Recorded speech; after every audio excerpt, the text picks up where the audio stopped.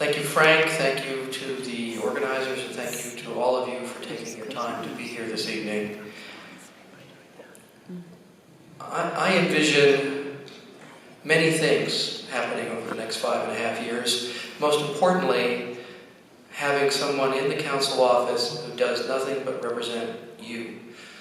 That's my priority. And what I see us doing in the next 5 years is saying no to ludicrous and outsized developments, saying yes to fixing traffic snarls where we can and bringing the full resources of the city and the state to do that.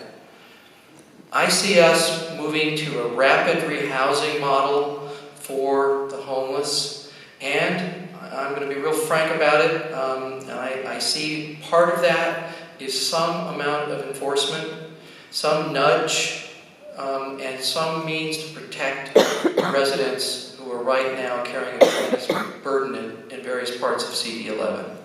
But I really want to focus on a rapid rehousing model and more funds for rapid rehousing vouchers.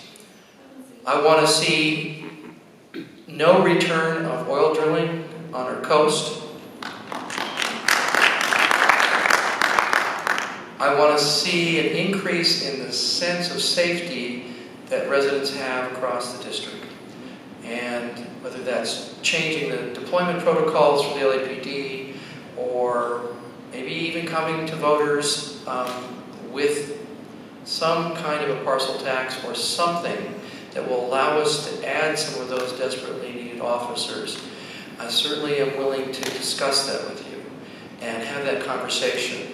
The other thing is, I am not going to shove any development project down your throat, whether it's something like the Olympic Bundy project, or in my community where Mike is forcing 2 low-income permanent supporting housing projects into residential neighborhoods where the residents are almost to a person opposed.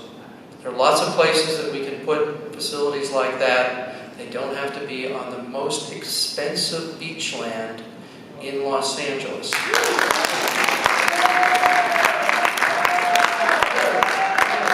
And I will not operate in the secretive manner that Mike does. We will not find things showing up as fait accompli, whether it's Archer School or Brentwood or the 3 projects in my community where they just showed up. I mean, Mike just gave these 2 parcels. Well, actually, there were 4.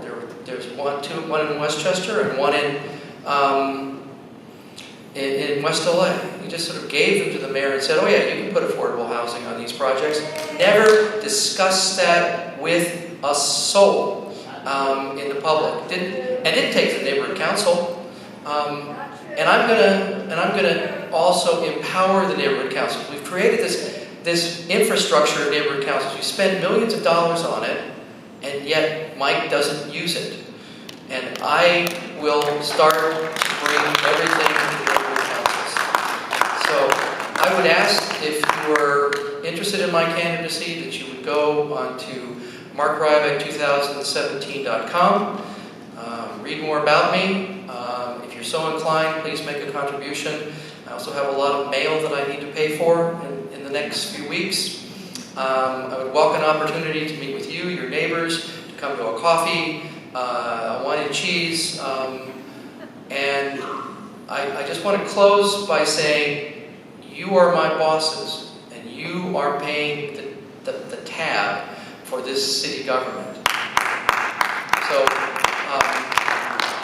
I work for you, and I don't work for developers. And the other advantage, finally, the other advantage of me is that not running again in 5.5 years, I don't have to raise any money.